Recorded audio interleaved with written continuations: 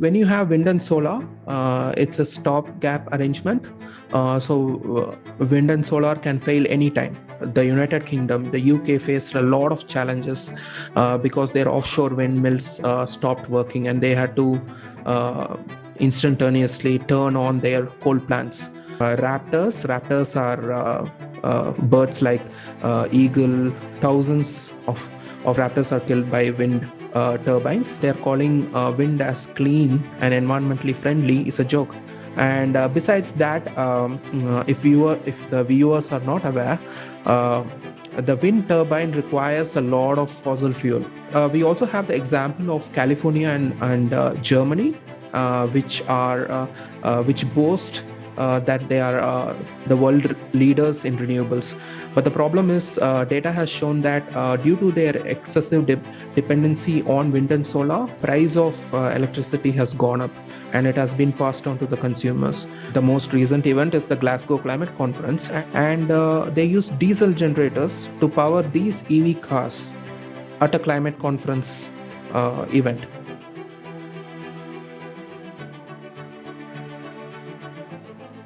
Hello, my name is Vijay. I am an environmentalist.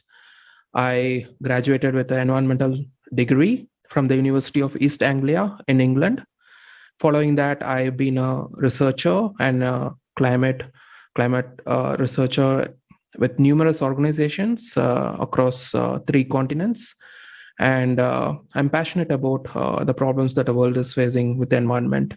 And my goal is to help the world navigate better in future. Climate has always been changing. Now, this is not to say that there is no climate change right now.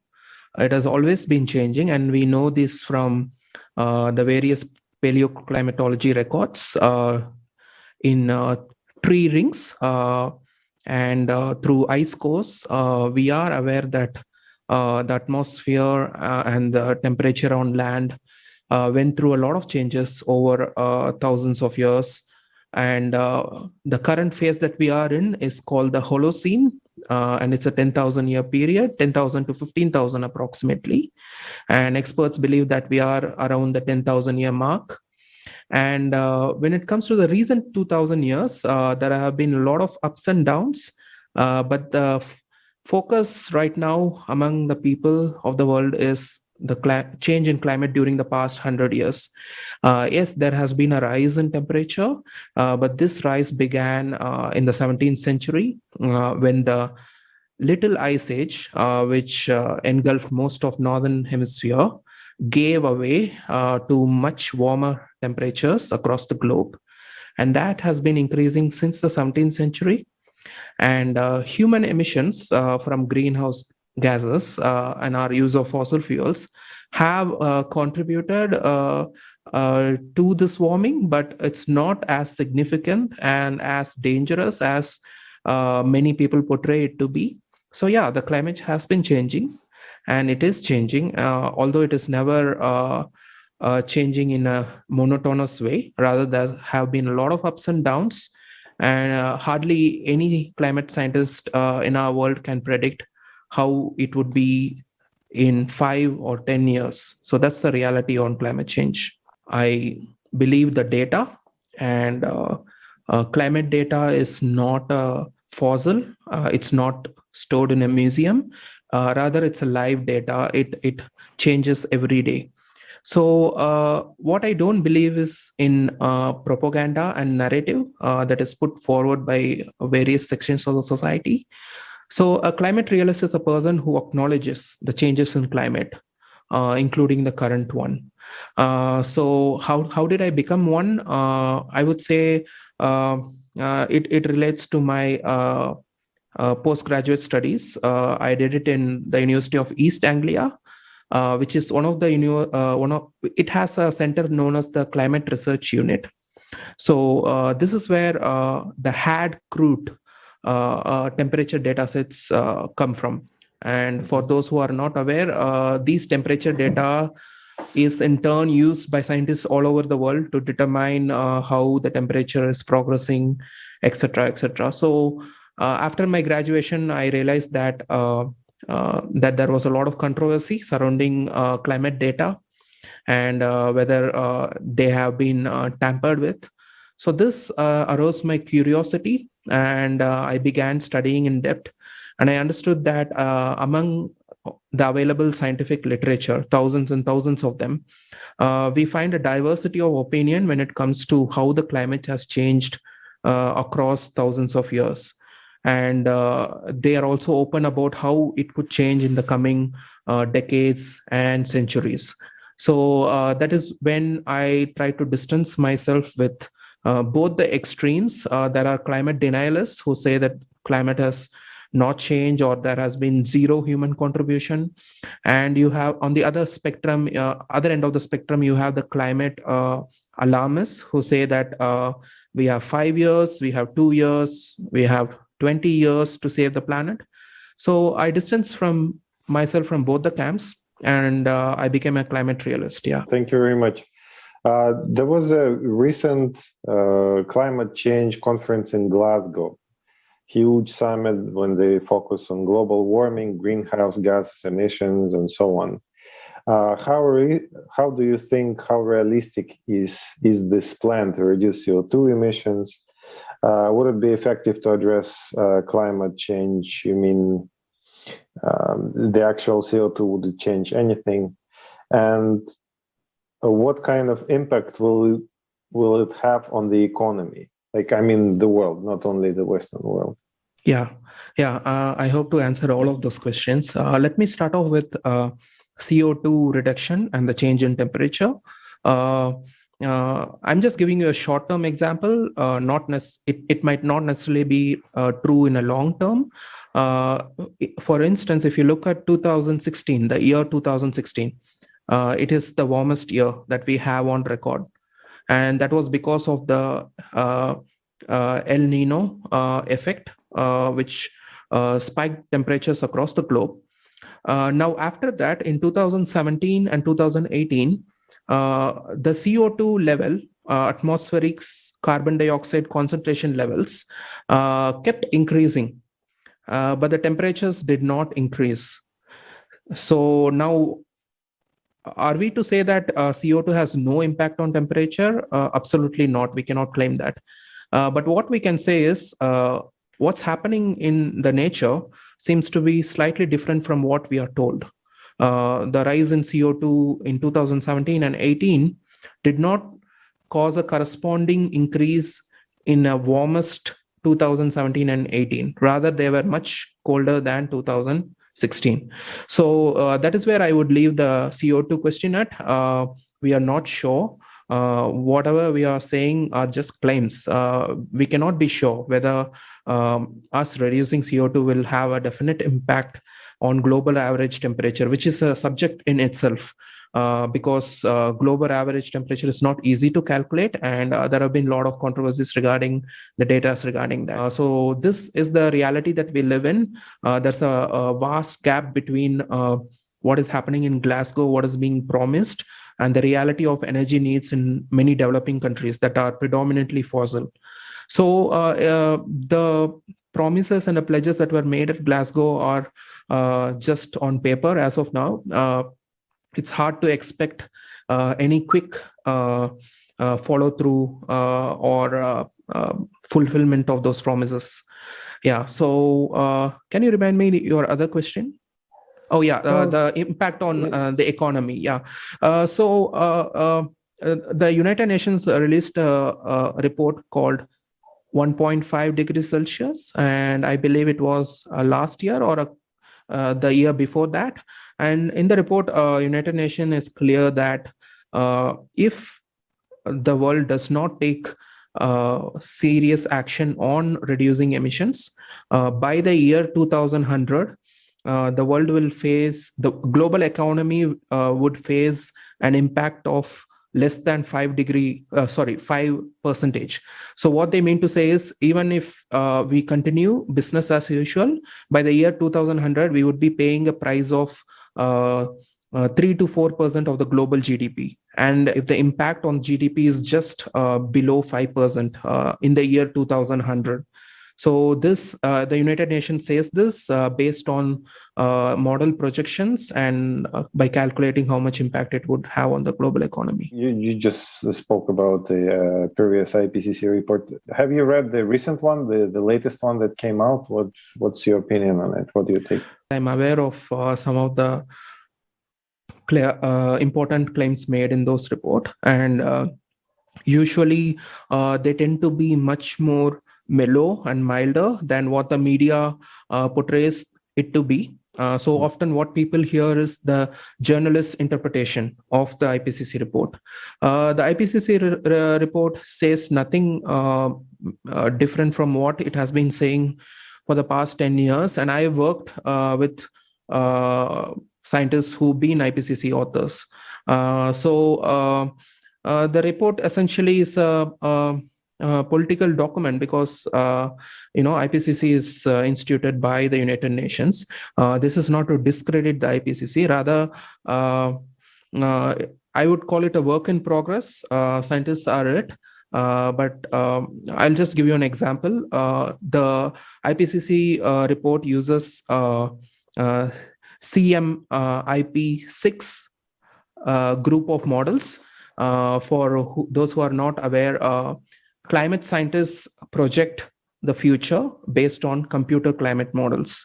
Now, there are a lot of models from across the globe. Until last year or so, the IPCC was using CMIP5, and now they are using CMIP6, which is a collection of hundreds of models, some of the best models from best scientists. But the problem is these models exaggerate the warming on Earth. Now, how do we know this? A couple of scientists use these models to understand whether they were able to predict the temperature in the last 10 years. And they found out that based on real life data and the model projections, that these models were very sensitive to CO2 emissions.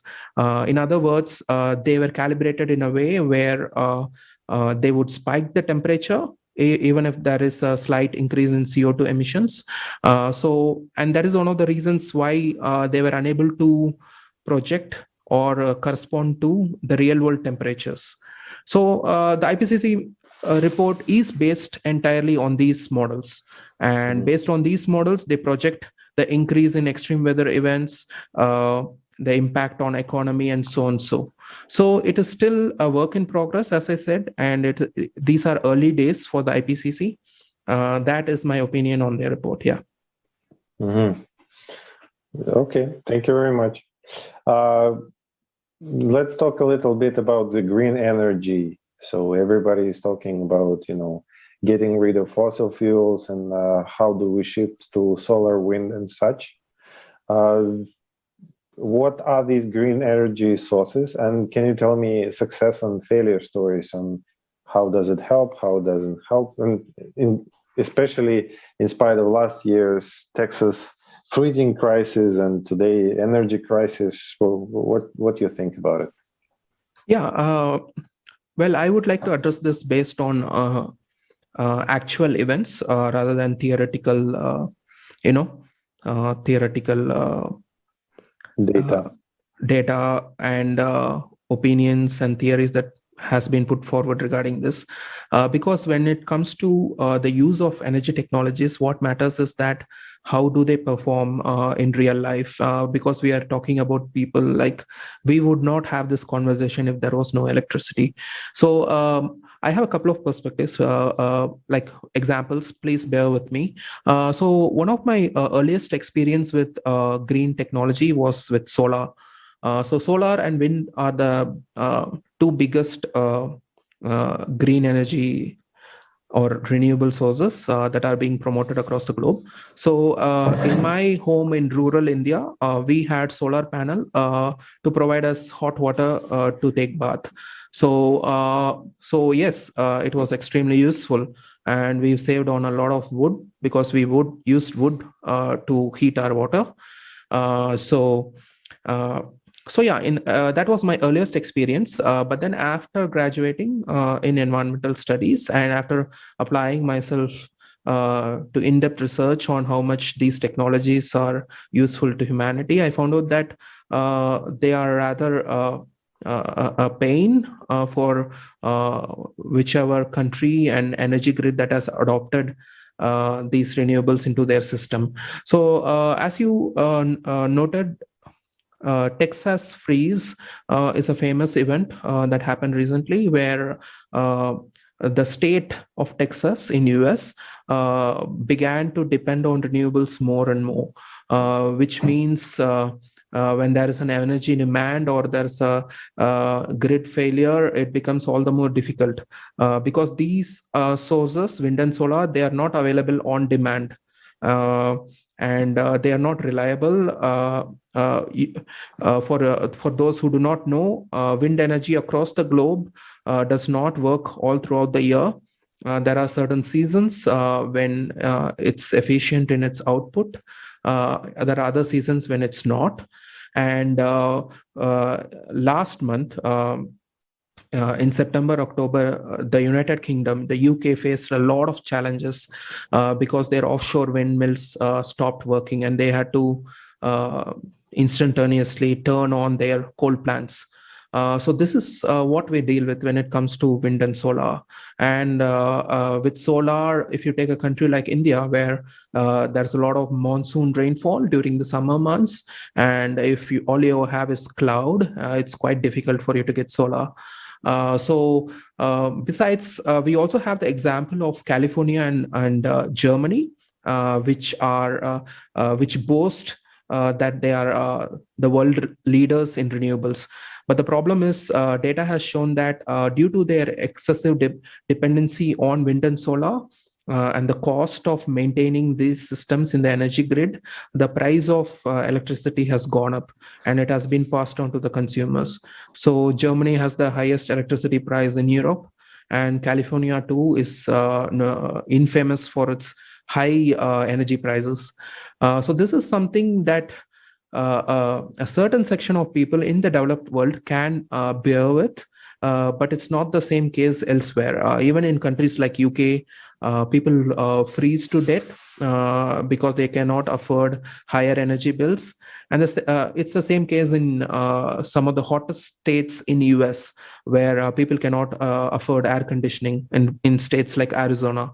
And so if you take Africa, places like India, it's even worse. There are 300 million below the poverty line, and that's in India alone. And in Africa, I think people are already aware.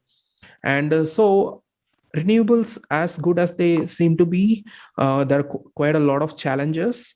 And as stated by one of the Indian delegate at the recent Glasgow meeting, that even if you cover the entire landscape with wind and solar, humanity does not have the technology right now to use all of those harnessed energy into the grid. The technology may come in the future, but at this point, we do not have something that can make energy from these resources cheaper. When you have wind and solar, it's a stopgap arrangement.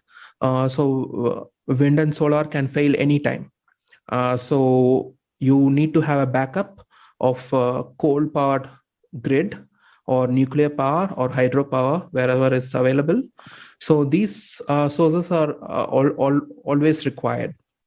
Now, not only that, you need equipments that can connect the grid to these renewable systems. So you have the machinery cost and the cost of having the backup on demand, which is quite difficult to do. For instance, just take coal. How much inventory would you need to have? And when do you need to turn on your coal power plant?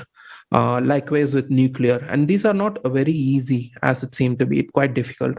So all this increase the cost, and there are subsidies as well. And subsidies do not come from the sky. It is basically taken from the taxpayers' money.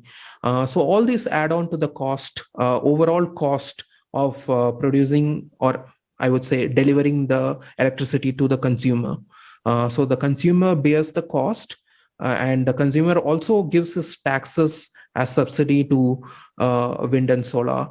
So it's not that I'm against wind and solar, but at this point, we don't have good examples of large towns or cities or industrial units being dependent on wind and solar. And yeah, so that's the reality.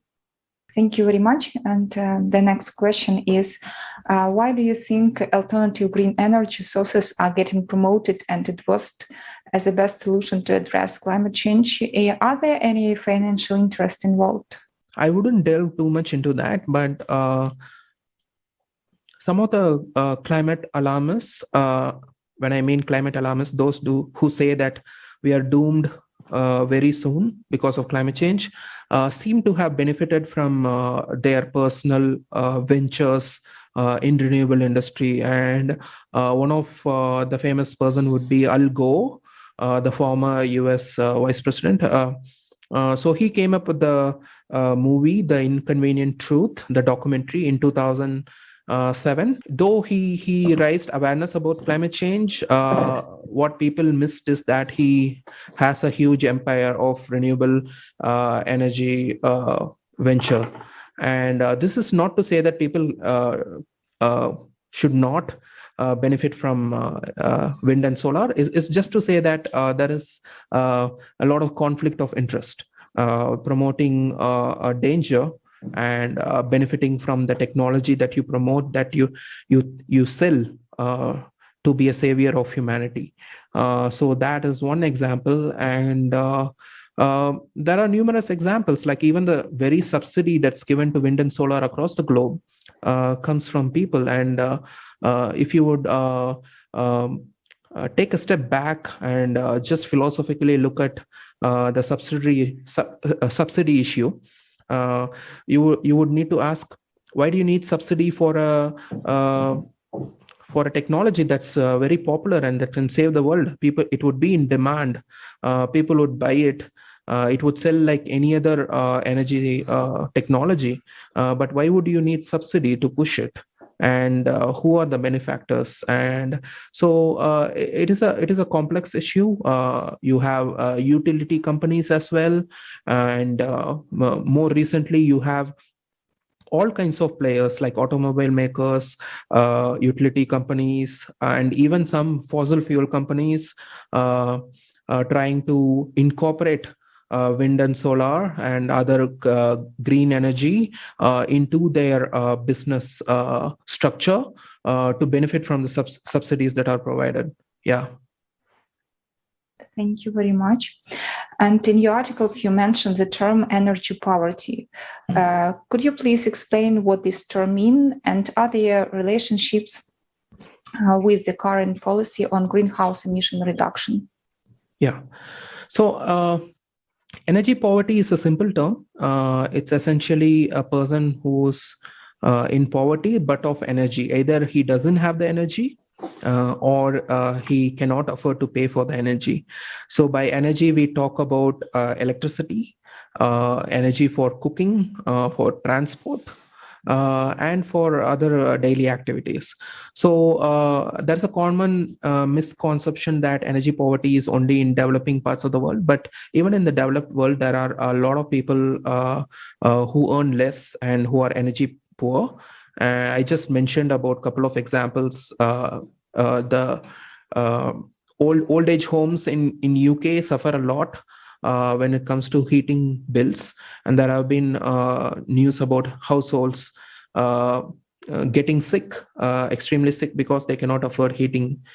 So these are people in energy poverty.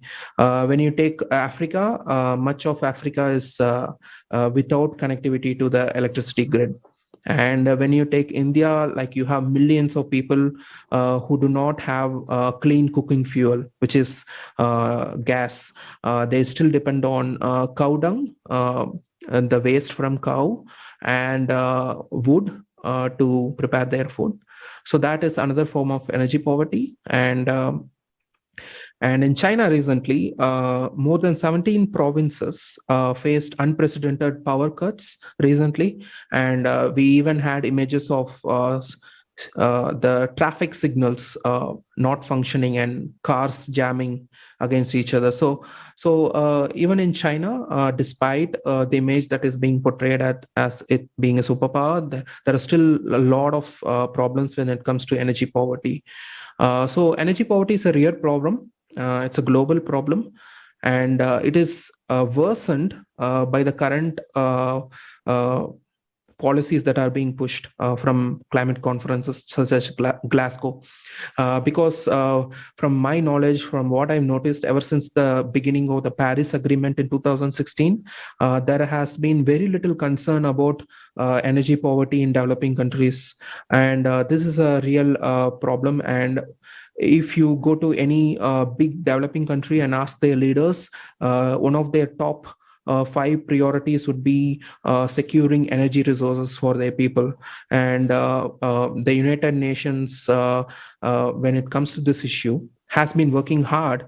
But somehow, when it comes to the issue of climate change and these international agreements, they seem to miss this point altogether. So what they recommend for countries to move away from fossil fuels might not be very practical when it comes to the reality of energy needs in these countries, because what you want is reliable, efficient, and abundant resource, and that cannot be had in wind and solar, because the wind stops and sun sets, and the technology involves a lot of cost. And when you think about people who live at just less than $1 per day, and you cannot expect them to afford cooking gas or electricity. So to make these people access energy, it involves a large amount of planning and years of work. So thankfully, the governments across the globe have been working on this, but the current set of policies that are being promoted are threatening to reverse decades of fight against energy poverty. Thank you very much. Thank you very much. Next question I have is about alternative energy sources. What makes an alternative energy source environmentally friendly? Because that seems to be the main issue thereafter, right? Yeah, I mean, the mainstream philosophy on alternative energy sources, such as wind and solar, is that they reduce carbon emissions when compared to fossil fuels, and that's one of the reasons they are being touted as environmentally friendly. But what the mainstream misses out is a lot of other stuff. What happens when they are manufactured, and what happens when they are in operation, and what happens when they reach the end of life. So I would like to address all this because I was a field ecologist, and I worked with protected bird species in the grasslands of Portugal. I got an opportunity to work with a fine NGO there, which takes care of protected species. So as an ecologist and as a nature lover, I would say that the notion that these technologies are clean is very false. For example, I've written an article called Blood on the Blades. So it talks about the wind turbines and how they have been impacting global avian life, that is bird life, especially raptors. Raptors are birds like eagle, buzzards, hawks, kestrels, and these are all raptors, and even bald eagle. So raptors are killed in large numbers. Thousands of raptors are killed by wind turbines, and wind turbines are notorious for that.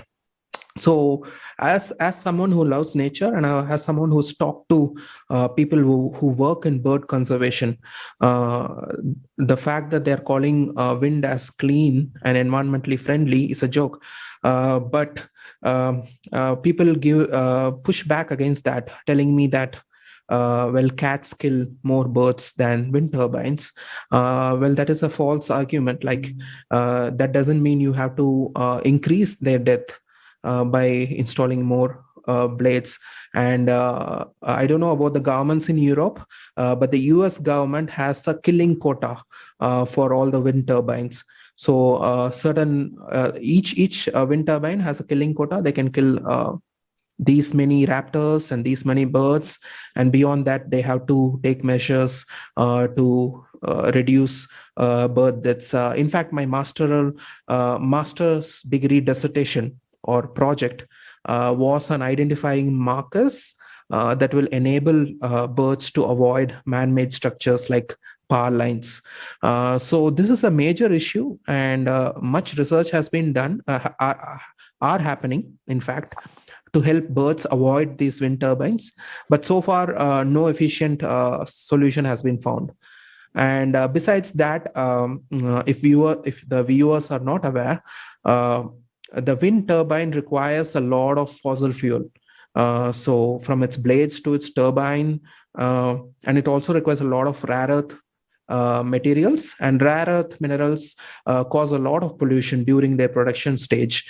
And there are lakes in China which are toxic lakes because of the waste from the production of rare earth minerals, which is in turn used in wind and solar. So the notion that these come from a non-fossil fuel source or from clean source is false. And during operation, as I have illustrated, that they kill a lot of birds. And when it comes to end of life, we've seen reports after reports of huge wind turbines, windmills buried in the ground because it cannot be disposed. So there are a lot of concerns and environmental concerns regarding this. So I would not call them environmental friendly. Now, when it comes to carbon emissions, the question to ask is how much of the carbon emissions do they offset? Because we have other natural factors that can contribute to increase in global CO2 concentration levels.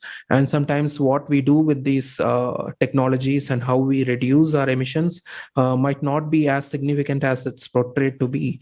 So that is a question that we do not know the answer for, because we have to wait and see how much of a reduction they are able to produce. I'm quite clear that the making of a wind turbine is entirely dependent on coal. So that's the reality that people forget. Thank you very much. And what about payback on alternative energy sources, and alternative energy sources profitable now? Yeah, I mean, it goes back to the question of whether what it will do to the grid.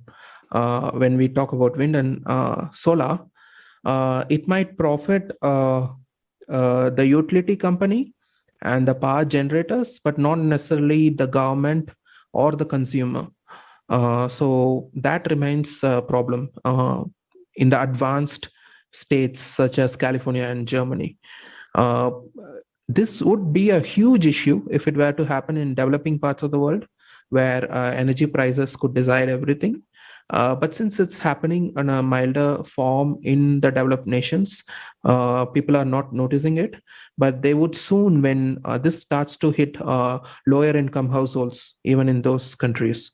So I would categorically disagree with the fact that they are becoming cost effective, because when you add them to the grid, and when you use them and when you depend on them, it increases the risk and the cost of operation.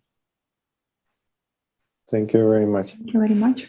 The majority of people today gets the message from the media that alternative green energy and is safe and the way to go. And most of the people don't think hard about it. They just accept it. What can we do to change that, and what should be done to make public aware of it, and to make their own choice rather than believing the media? Yeah, well, it's a hard thing to do for a common person. because the media houses today are divided, and you have political sections on the right and the left and then the middle. So some media outlets favor the right, some favor the left, and some the middle. And when the state of media is in such a nature, there's a tendency for people to align themselves with certain media houses. And for instance, just to give you an example with the climate perspective, one media could fully push technologies like wind and solar, but another media house can say that we are not in any danger. Uh, we don't have to care about this, and this is like a evil scheme to destroy the local fossil fuel industry. This could be the narrative in another. So people, to be honest, people are confused as to what source they go to, and there is very little we can do about it. I think the creative society is doing one such role in helping people understand these issues, and for them to listen to diverse voices, to arrive at more clarity regarding issues that do not um, have the same kind of uh, projection that you guys give. For instance, all you get on the media is repetitive, monotonous one-liners about climate and temperature. This month is the hottest ever in recorded history, and Greta Thunberg says that the current generation is killing the planet, and the future generations will suffer. So these are the kind of news you keep on hearing. So one such way is to get the citizens to listen to a diverse view and opinion, and you're doing that. The other way would be to make institutions of research, such as academic institutions, autonomous, and to be less dependent on government funding. In that way, academicians and scientists are free to research on the matter and provide their findings and outputs to people in a more legitimate way, rather than sit back on government funded money and make reports for the government, which is then publicized by the mainstream media. So that is one of my concerns as being from academic background. I think it plays an important role, like what decides the pathway of a research unit, of a university, of the academicians. So that is one way we can help the scientific fraternity to get back on their autonomous path and not be worried about what politicians think about them. So these are a couple of ways, but I think there has even to know what has to be done, we need a lot of research, because the mainstream media simply has swallowed up people's time and mind. It's quite hard to overcome that. And another interesting thing that I would like to share is about the issue of fact checkers on social media and in mainstream media. It would really help people if people are told who these fact checkers are, and what are their backgrounds and where do they come from. Because what we have right now is each media vouching for its own position, and having this ghost fact checkers whose names are not known, who tend to fact check. So it would help the people if things are more transparent. Yes, we need fact checking, but we need people to know who are doing it and what are their ideologies. So this is another important aspect as we are increasingly moving into a digital world, and especially with the pandemic, you can see we've become very digitized, and we require more transparency. Yeah, I'm sorry, but I couldn't answer to you in a clear sense, because this is such a difficult thing to do, to get people look beyond the mainstream media thing, that an issue that many people are struggling with on how to achieve this. So that's why I had to give a couple of my suggestions. Yeah. Mm-hmm. Basically, to summarize all of the above you just said is we need free, open, unprejudiced information source, which will be stating the truth, right? Basically. Yeah, those are apt words. Thank you. You're very good with words. Yeah. Thank you very much. Question: we pretty much finished with the main ones, but I would like to add a few. There is a notion of using electrical cars these days, and what kind of impact it's going to have on our world? Is it going to be more clean? What is going to do to the economy and to the grid? To be honest, I'm a big fan of the Tesla empire, but not because of the EV vehicle, but because of the way in which they were able to rise so fast. But having said that, when it comes to impact, I would start from my home. So we are increasingly seeing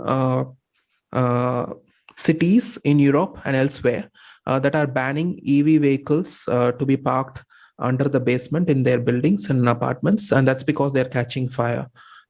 Even when they are stationary. And so if I think about my personal safety, that would be one of my issues, because I live in a country where hardly there is any regulation on safety, especially. And for instance, last month we had a woman burn with fire in an apartment because the apartment did not have proper safety features. So it's a nightmare for a country like India, where vehicles can catch fire anywhere. Whereas in countries like Europe and US, the proper regulations could make sure that those are parked in appropriate places. So that is the first point I would start with. But when it comes to other issues, EV batteries are not clean again. These batteries emit a lot of emissions, sometimes as much as what a petrol or a diesel car would emit in 1 or 2 years. That's how much emissions happen just during the battery manufacturing stage of high-end Tesla, let's say. So the notion that they are clean and they are emission-free is wrong. And when I look at it, would I have a car more than 4 years, especially in the 21st century? Certainly not. So that means my emissions from my EV vehicle would not be insignificant. They would be significant. Like I cannot claim that I somehow saved the environment. And on the flip side, our car technology, combustion engine technologies are getting better and better, reducing pollution to a very high level. And that's why you can see in European countries, households with 2-3 cars, yet the air quality index remaining extremely good in those cities. So that is the counter argument to the EV vehicle push. So that those are my opinion on EV vehicles. Well, it's good when people can afford it and if it's safe, but to push it upon people and to have it expensive as well is wrong. India is on the verge of making EV vehicles compulsory in certain sectors, two-wheelers, and that is quite bad for the people here, because the vehicle costs 3 times as much as the lower end petrol vehicle. So that is my opinion on EV vehicle. It's good and well if we are able to afford it and it doesn't cause a hole in people's pockets. That's good, but I don't think we are at a stage where we can push. Okay, one more question about, they're still using electricity which is produced which way? Yeah, that is a whole different argument. So when people talk about EV vehicles, let's talk about EV vehicles. But then when you talk about carbon emissions and they are clean, well, where does the electricity come from? So the most recent event is the Glasgow Climate Conference, and there was a hotel which used EV vehicles to transport the guests to the conference and back to the hotel. And they used diesel generators to power these EV cars at a climate conference event. And we've even had similar cases in US and elsewhere, where people use diesel generators to power their EV vehicles, because charging charging stations for EV is not yet widely distributed. That's one of the reasons. And when you come to country like India, like 70% of our electricity comes from coal, and hydroelectricity makes up another 15%, and only 7 to 9% comes from solar and wind. So essentially, it is more likely that you would consume coal electricity to run your EV vehicle. And in France, it's nuclear. And so that is a fair question. It is a question with completely closes off the argument on EVs being clean if you are going to run it on energy sources that you claim to be dirty and evil. So that is a major headache. Yeah. How important is it for all people of the planet to unite now and change the format of our society from the consumeristic format to the creative one, and to where the value of each human life is in the first place, where we can withstand climate change by uniting all together? Yeah, I mean, from my personal point of view, I believe we are living in a world which doesn't have borders. So even within our countries, no matter which country you are from, it's likely that your parents or your grandparents or the generation before that migrated from a village to a city or the rivers, whatever it be. But it's increasingly becoming clear that we are having these borders between countries, and it's just a social construct. Be it goods, be it energy, be it ideas, be it cultural practices, everything is now transported across the globe. And the digital technology has enabled us to share it much more faster. So we live we are already in a collective society in some way. To make it better and for us to be more collective, I think we need nations to be sovereign. We should respect their autonomy to function and to govern. But at the same time, there needs to be increased relationships to the tune of, for instance, UK, after they left the European Union, began having a lot of trade relationships and new alliances with countries. So likewise, we should see increased trade partnerships, economic partnerships across the globe. And that's one way we can formally and more effectively unite people, in which people in some parts of the world can benefit from people in other parts of the world. From what I see, there's a huge divide in the world. People, especially from South America and Africa, are way behind the rest of the continents. Even though Asia has a lot of poverty, I think the state of Africa is really bad, where people do not have electricity to even have a surgery in a hospital. So that's the state we are talking about. So uniting is a great idea, but it has to be done on a careful note, where a local administration still exist. In creative society, we're actually looking forward, and we are doing everything possible, hoping we will achieve the goal that there are going to be no poverty in the world. There are going to be even income distribution. There will going to be no war. So basically, there is no need to sustain multi-trillion-dollar, military-industrial complex and so on. Do you think that we could be using our scientific potential, our economical potential, our human potential in a much better way, so we actually address those issues which are actually pressing, rather than create new weaponry and masterful improve the way we kill each other? That's a nice question. Yeah, I mean, I always tend to start from the personal. I think it begins with each individual. I know you're looking for a more generic or a broad answer, but I would say it starts from the person. I think if we decide to focus our energy into creativity and productivity rather than enmity and destruction. And that's the starting point.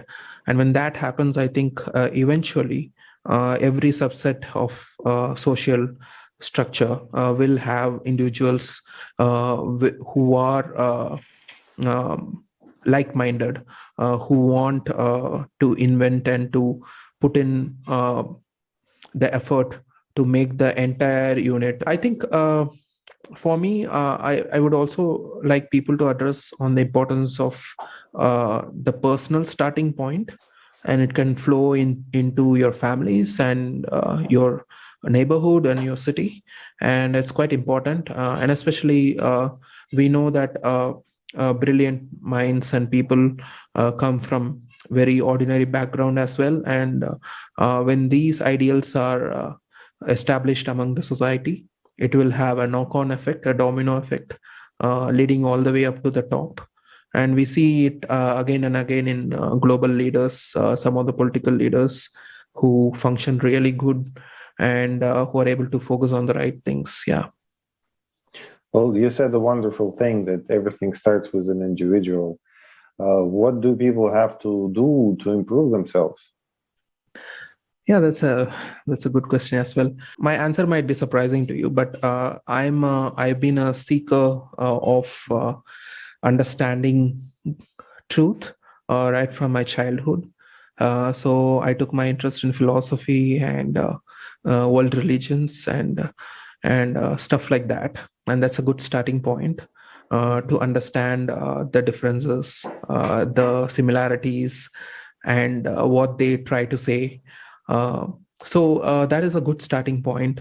And it's also important to understand the various ideologies on how the society functions, the benefits of various government types. There is theocracy, there's democracy, and there is communism. So yeah, I think these are some of the things that people need to spend time on, and it's quite important. You understand the world better, and you understand what's good and what's not. But if you're gonna just buy a ready to consume idea on the media, it will lead nowhere. And I think the curriculums in schools especially must be broadened for space and time for students to spend time on these issues. Yeah. So this is a personal answer, like something that I would like more and more individuals do. No age is too late. They can do it even in their 30s and 40s. Yeah. So that's my suggestion. Amazing. I have to say that you are amongst friends as far as your philosophy goes, because we are also a big believers in human improvements and self-improvement. I think you would find interesting to look into 8 foundation of creative society, because they will correspond to your wishes and the way you think that government and society should be improved at, because they actually look into that the world should be a safer place, world should be a friendlier place, better place, should be oriented towards humans caring for each other rather than killing and so on. So thank you very much for your time. It's been a pleasure. My message to the world is that we should stop getting into a panic on climate. Rather, we should be wise and sensible with how we approach the environmental problems that we are facing. And that involves a lot of data. And so one of my requests to the people is to get into the details of various environmental issues that they read about on the newspaper and see on their TV, and get a better sense of where the world is headed. And I believe that with available technology and various innovations, we will be able to handle the future and with much efficiency. Thank you very much. Today, everyone is concerned about climate change. Large climate conferences are being held, where leaders of countries, scientists, and representatives of corporations are looking for solutions together. It seems that the problem is about to be permanently solved. We will all tighten our belts and switch to renewable sources. We are assured that if the chimneys of thermal power plants stop smoking, all nuclear power plants are closed, and they build solar, wind, and hydroelectric power plants everywhere on the planet, then, by 2050, we will have carbon-free energy production. This will supposedly save the world, preserve the environment, and everyone will be happy. Therefore, it is suggested that all the best minds and resources of humanity devote themselves to the development of green technologies. But what are we missing? Will it really save us? Aren't we losing the most valuable things in all of this, time and opportunities?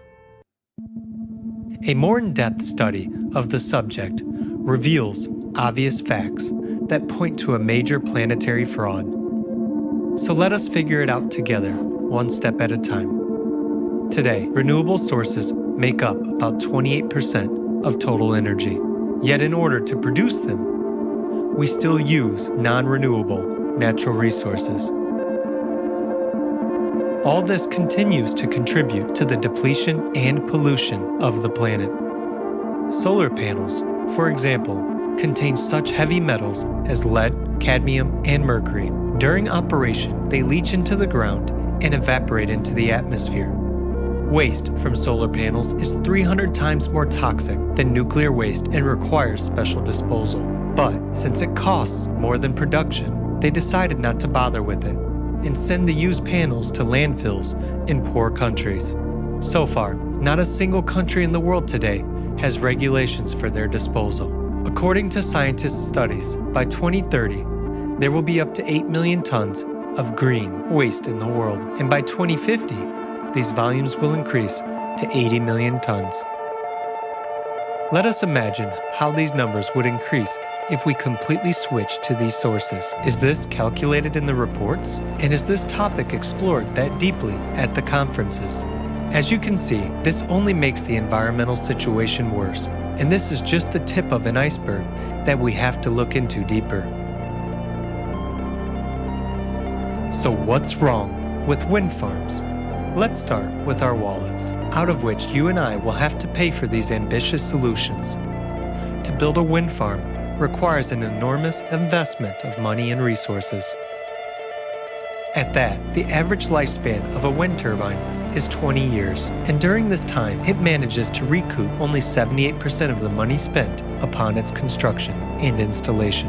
We are not even talking about maintenance, which implies building special-purpose vessels, expensive utility high-rises, and constant replacement of blades.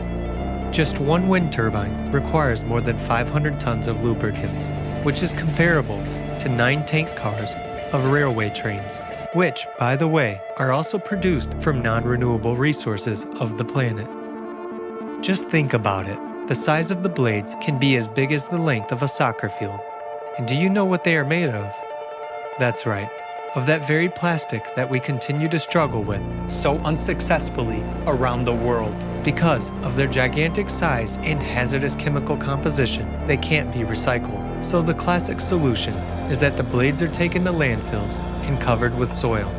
After all that, do you still think wind power is environmentally friendly?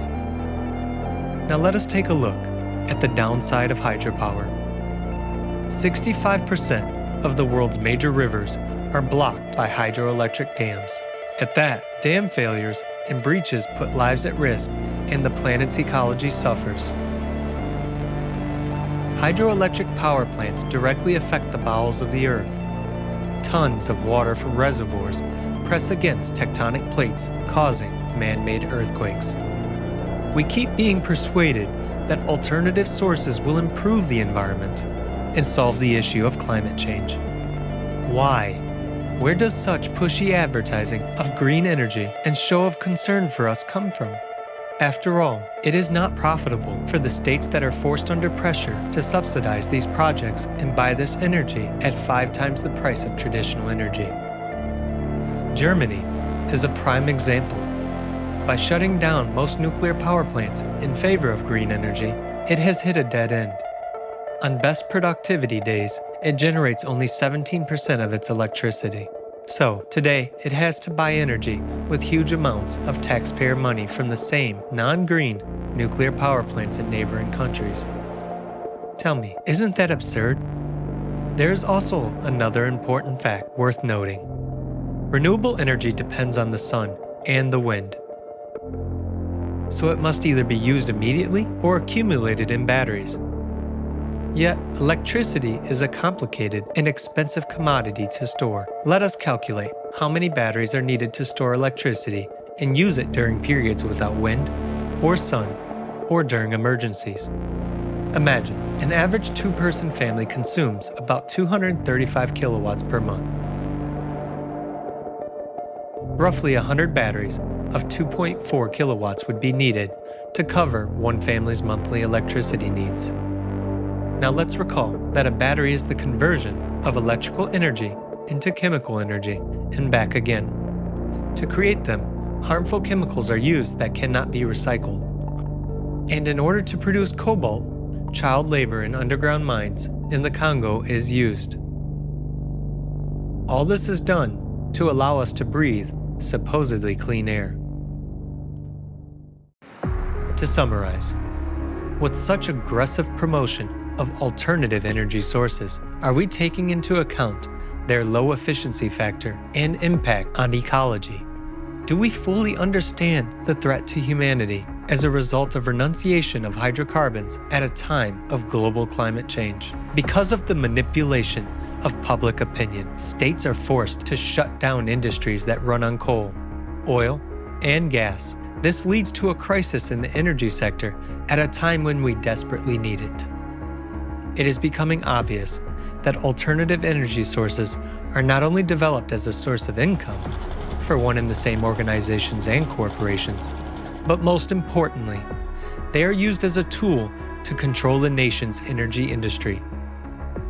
In the end, we are back to the same game of power and lust for profit instead of concern for people and saving their lives. But at the same time, many people see this as a hope and a way out of the climate situation. Considering all of the above, we should all answer the following questions together. Should we actively develop alternative energy if it has so many disadvantages? Is it beneficial for us as a humanity today? Or should we apply our efforts to a more effective solution? After all, today, there are already technologies that are capable of using free energy. But in a consumerist format, this beautiful prospect becomes a problem. It would be impossible to sell this energy if it were available to everyone in unlimited quantities. So we come to a dead end, which would bring about collapse of the economic system, crisis, and wars. This is why we need the right step-by-step approach. First of all, to change the format, to build a creative society, a format that benefits absolutely everyone and will save the life of every person.